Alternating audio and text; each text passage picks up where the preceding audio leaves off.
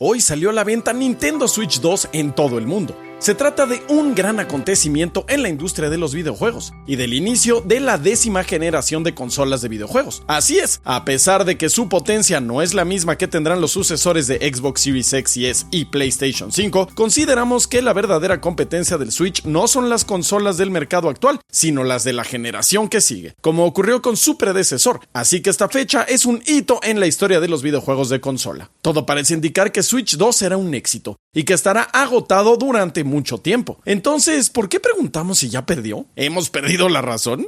Vamos por partes. La generación apenas comenzó y desconocemos los errores que cometerán Microsoft y Sony. Es más, ni siquiera sabemos si Microsoft sacará otra consola. Aún así, muchos analistas están coincidiendo en que Nintendo ha cometido ciertos errores en su lanzamiento, más allá de algunas fallas en la distribución, porque la realidad es que Nintendo ha recaído en viejos hábitos que siempre ha mostrado a la hora de dominar el mercado. Y estos viejos hábitos podrían redundar en que ya hayan perdido esta generación. Pero veamos qué pasa. Varios analistas como el canal de YouTube Did You Know Gaming, el blog Maelstrom Articles News, sitios como Polygon y otros han notado que el lanzamiento del Switch 2 está siendo todo menos ideal. Una campaña poco atractiva, el incremento de $150 en el precio de la consola respecto a la generación pasada y entre $10 y $20 en el precio de los juegos. El cobro por software demo como Nintendo Switch 2 Welcome Tour, la falta de una killer app o juego altamente atractivo como fue un Zelda Breath of the Wild para el Switch, caos en torno a la errática política tarifaria de Trump que provocó retrasos en las preórdenes y más subidas de precios. Controversias en torno a las keycards que son simples tarjetas de descarga, medidas de seguridad exageradas que pueden volver tu consola un ladrillo si le haces una mínima modificación, además de problemas clásicos y previsibles de distribución, han marcado un lanzamiento accidentado y con una proposición de valor bastante cuestionable por parte de Nintendo. ¿Pero esto significa necesariamente un fracaso? La respuesta es que no. El Switch 2 no es el Wii U para nada. El Switch 2 capitaliza una fórmula sólida y bien planteada que ha dominado el mercado y que en teoría debería repetir la supremacía comercial de Nintendo frente a la competencia. En este sentido, más que parecerse al Wii U o incluso al Nintendo 64,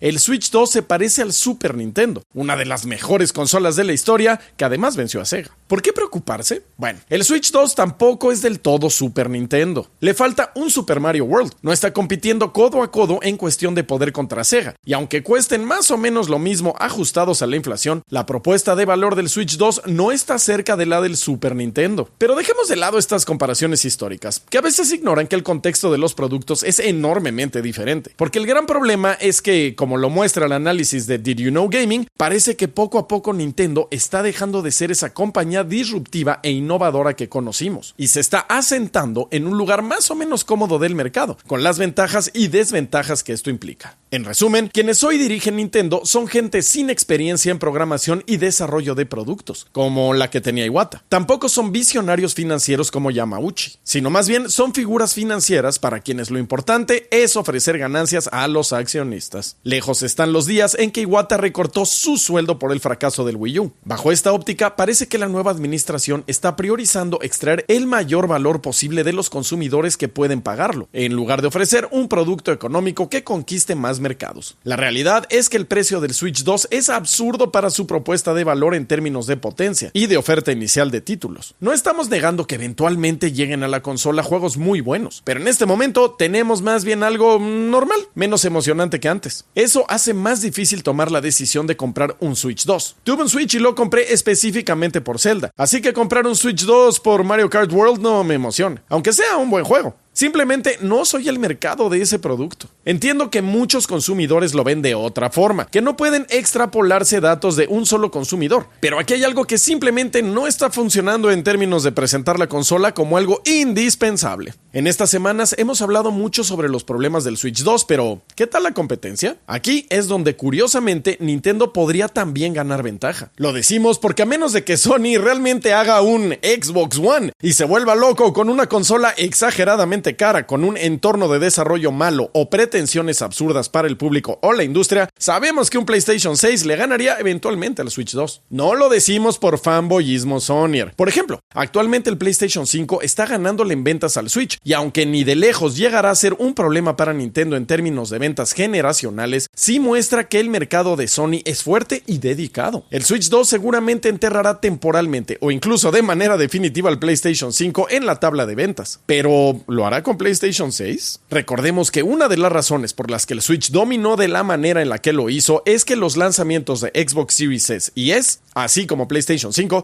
estuvieron marcados por los problemas de producción y distribución de la pandemia, lo que provocó escasez de chips y disrupciones masivas en los mecanismos de distribución. Nadie pudo conseguir esas consolas al menos durante año y medio o incluso 2 años. Esos impedimentos y factores ya no existen, así que la competencia contra Switch 2 será mucho más fuerte. También hay que recordar que Switch tuvo de su lado las condiciones creadas por la pandemia en el ahora lejano 2020. El encierro y los cambios en la vida diaria de las personas coincidieron con el lanzamiento de Animal Crossing New Horizons en marzo de 2020, justamente cuando el mundo se detuvo. El juego de gestión social y simulador de vida de Nintendo se volvió tendencia global, y algunos millones más de lo habitual ordenaron su Switch en línea para unirse a la moda. Hoy dudamos que muchas de esas personas todavía tengan la consola. En teoría, esta vez Switch 2 no tendrá un fenómeno similar a su favor. Ahora bien, es verdad que pueden ocurrir otras cosas. Por ejemplo, Xbox podría retirarse de la carrera de consolas, aunque lo vemos muy improbable por los motivos que hemos explicado en otros programas. Sin embargo, el público de Xbox está interesado en máquinas de alta potencia y difícilmente cambiarán su consola por un Switch 2. Más bien se irán a PlayStation. Otra posibilidad es que Xbox se recupere, y esto sí que beneficiaría al Switch 2, pero parece poco probable que las tendencias del mercado se inviertan. Por tanto, Nintendo la tiene todo menos fácil. Enfrenta un mercado más difícil. Tiene una consola nueva con un lanzamiento menos que ideal. Le falta la ventaja que le dieron el COVID y la pandemia. El entorno económico incluye las locuras de Trump que han puesto de cabeza al mundo, y hay las mismas probabilidades de que deriven en una crisis o en un auge económico. El nombre del juego es incertidumbre, y no está favoreciendo a Nintendo, que actúa un poco como si el mundo estuviera en la abundancia de los 90, cuando fácilmente podía dictar condiciones al mercado, y aún así tuvo competencia difícil frente a Sega, y luego frente a Sony. ¿Nintendo ya perdió la generación? No, definitivamente no quedará en tercer lugar, y tiene oportunidades para ganarle a Sony, el competidor más fuerte, pero solo si logra superar las condiciones adversas de un lanzamiento que, aunque económicamente sea fuerte, es bastante cuestionable en cuestión de juegos y de propuesta de valor. Con esto no queremos arruinarte el día ni el de los afortunados que tengan $450 para comprar este lindo aparato que también nos emociona. Simplemente estamos coincidiendo con los analistas y decenas de conocedores que ven un camino de dificultades para Nintendo, aunque tampoco son realmente críticas. De hecho, Nintendo tiene ahorrado cerca de $10,000 millones en líquido, una cantidad ridículamente alta, y es la 10ª compañía más alta de Japón. Básicamente, Nintendo puede lanzar 3 Wii U y continuar en el mercado. Nuestro deber como medio periodístico es comentar la competencia comercial en el mercado de videojuegos y sus problemas y paradojas. Y en este momento, Nintendo está en un laberinto en el que debe saber cómo amarrar la generación y vencer a Sony. No porque sea una lucha existencial, sino porque, como dice el dicho, es bueno ser el rey. En fin, ¿tú qué piensas? ¿Nintendo ganará la generación? ¿Sony? ¿O Xbox se levantará de las cenizas? Cuéntanos tu opinión y no dejes de dar like, comentar y suscribirte solo aquí en Level Up. Nos vemos.